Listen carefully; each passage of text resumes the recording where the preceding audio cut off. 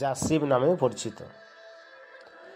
রুদ্রের অন্যান্য নাম শম্ভু, পিনাকি, গিরিশ, স্থাণু, ভর্গ, সদাশিব, শিব, হর, সর্ব, কাপালি ও ভব। রুদ্রের অস্ত্রসমূহ হল ধনুক, তীর, ত্রিশূল। রুদ্রের সঙ্গী রুদ্রাণী। রুদ্র মানে যারা তাদের শিকড় থেকে সমস্যা দূর করে। পর্যায়ক্রমিক অবস্থার উপর নির্ভর করে রুদ্রের অর্থ হতে পারে সবচেয়ে তীব্র গর্জনকারী অথবা সবচেয়ে ভয়ঙ্কর। এই নামটি শিব সহস্র নামে দেখা যায়। যজুর্বেদ থেকে শ্রী রুদ্রম স্তোত্রটি রুদ্রকে উৎসর্গ করা হয়েছে এবং শৈব ধর্মের মধ্যে গুরুত্বপূর্ণ। নাম কামের প্রথম অনুকায় শ্রী রুদ্র পরাক্রমশালী। রুদ্রকে সদাশিব এবং মহাদেব হিসাবে শ্রদ্ধা করা হয়। সদাশিব শৈব ধর্মের মন্ত্র মার্গ সিদ্ধান্ত সম্প্রদায়ের পরম স্রষ্টা, পরম শিব। এছাড়াও রুদ্রকে আহ্বান করার জন্য এই অনুবাকায় শিব নামটি প্রচুর পরিমাণে ব্যবহৃত হয়। শৈবাগম অনুসারে রুদ্রের 11টা রূপ আছে, যাদের একত্রে একাদশ রুদ্র নামে অভিহিত করা হয়। রুদ্র নামটির ব্যুৎপত্তি কিছুটা অনিশ্চিত। এটি সাধারণত প্রোটো ইন্দো ইউরোপীয় মূল রদ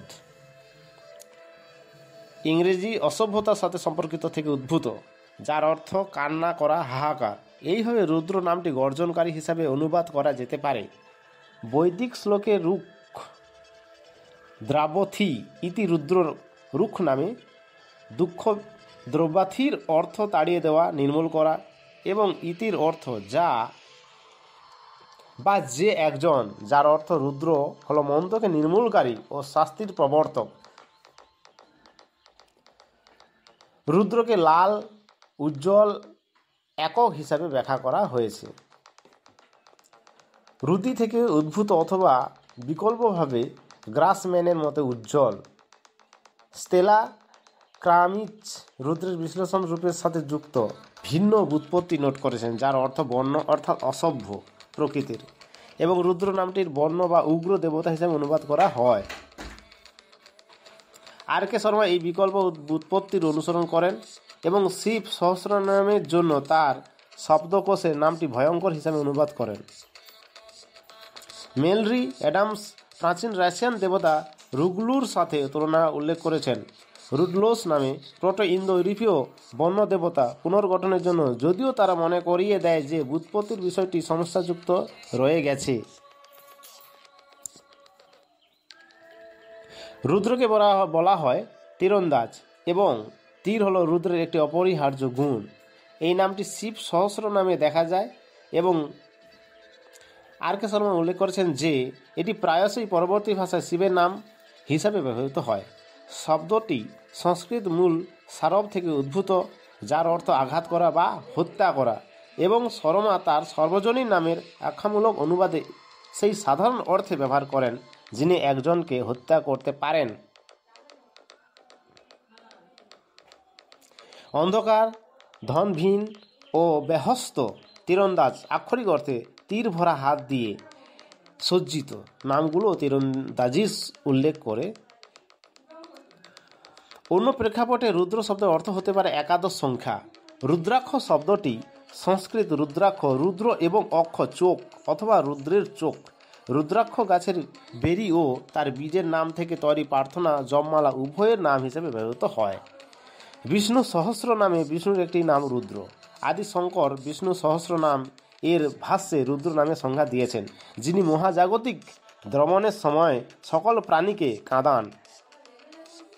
লেখক ডি.এ. দেশাই বিষ্ণু সহস্রনামের জন্য তার শব্দকোষ্ঠীতে বলেছেন, রুদ্রের রূপে ভগবান বিষ্ণু হলেন সেই ব্যক্তি যিনি মহাবিশ্বের সব সময় সম্পূর্ণ ধ্বংস করেছিলেন। এটি কেবল সেই প্রসঙ্গে জানা যায় যেখানে বিষ্ণু রুদ্রকে রুদ্র হিসাবে শ্রদ্ধা করা হয়।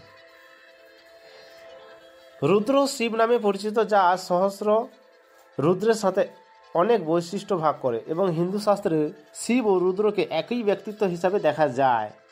দুটি নাম সমার্থকভাবে ব্যবহৃত হয়।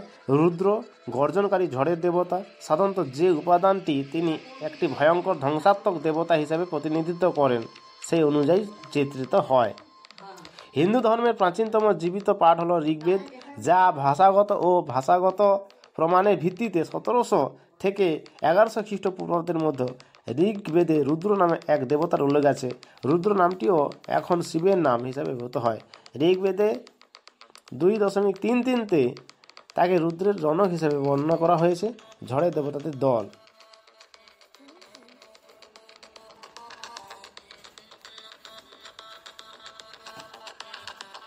যা শিব নামে পরিচিত।